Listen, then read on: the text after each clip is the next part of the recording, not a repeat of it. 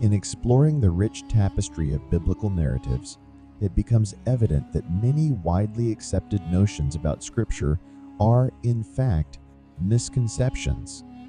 These misconceptions often stem from misinterpretations, mistranslations, or simply the perpetuation of popular myths. In this discourse, we embark on a journey to dismantle 4 prevalent myths that have woven themselves into the fabric of our understanding of the Bible.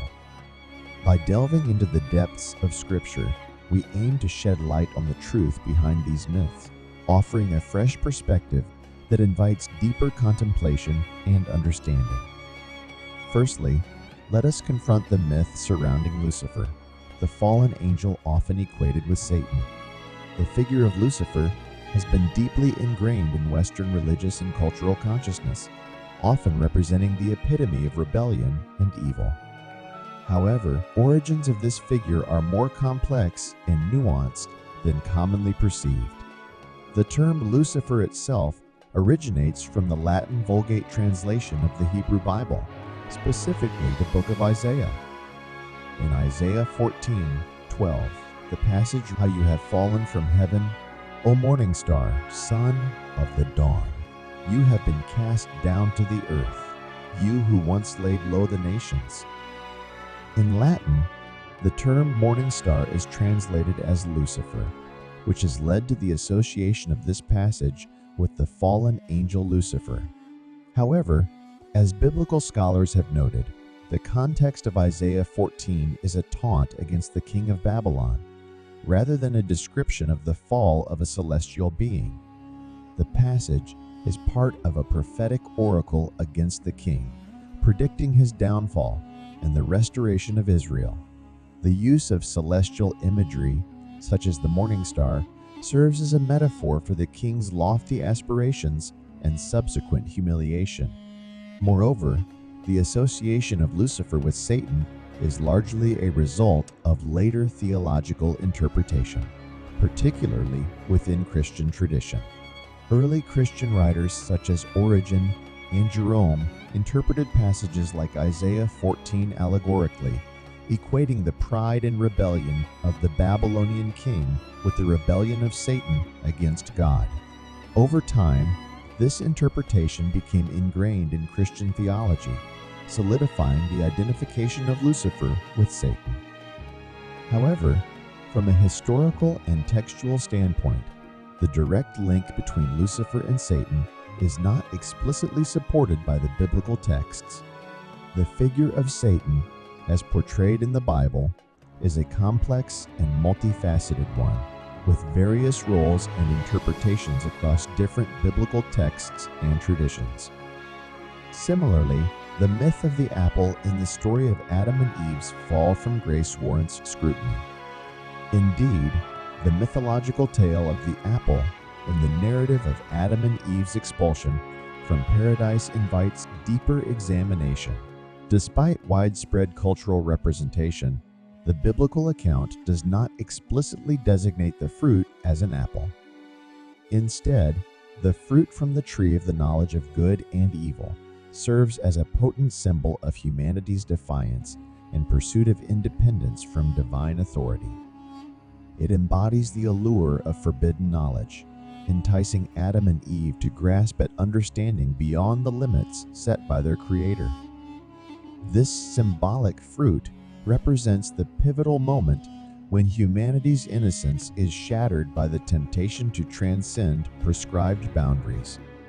It embodies the universal human inclination towards curiosity, ambition, and self-determination, often leading to moral dilemmas and ethical quandaries.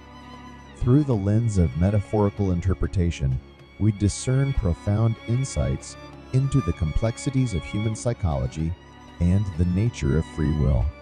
By refraining from fixating solely on the literal identity of the fruit, we delve into the rich allegorical layers of the story. It unveils fundamental truths about the human condition, such as the perennial struggle between temptation and obedience, the consequences of moral transgression, and the enduring quest for enlightenment. In this light, the story of Adam and Eve transcends its religious context to resonate as a timeless parable about the inherent tensions between knowledge, morality, and divine authority. Another misconception prevalent in the portrayal of Peter's denial of Jesus is the association with a rooster crowing. Contrary to popular belief, the biblical narrative does not necessarily depict a rooster as the signifier of Peter's betrayal. Rather, the phrase "before the rooster crows" carries a deeper significance within its cultural context. In ancient Jewish customs, the term cockcrow held a broader connotation beyond the literal call of a rooster. It denoted a specific time frame, often associated with the changing of the temple guard, which was marked by the sounding of a horn rather than the crowing of a rooster. This cultural detail adds layers of meaning to the narrative, inviting us to delve deeper into the historical backdrop of Jesus' final hours. By understanding this cultural nuance, we gain a richer perspective on the meticulous attention to detail evident in biblical exegesis. It underscores the importance of contextual interpretation in unraveling the complexities of religious texts and highlights the significance of cultural awareness in our appreciation of ancient narratives. Thus, dispelling the myth of the rooster crowing during Peter's denial allows for a more nuanced understanding of the events surrounding Jesus' crucifixion. Finally, the misconception of heavenly mansions perpetuates a materialistic view of the afterlife.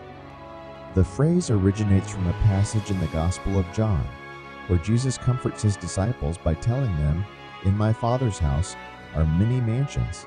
John 14:2. Traditionally, this verse has been interpreted to suggest the existence of literal, opulent residences awaiting believers in the afterlife. However, a more nuanced analysis reveals a richer theological significance.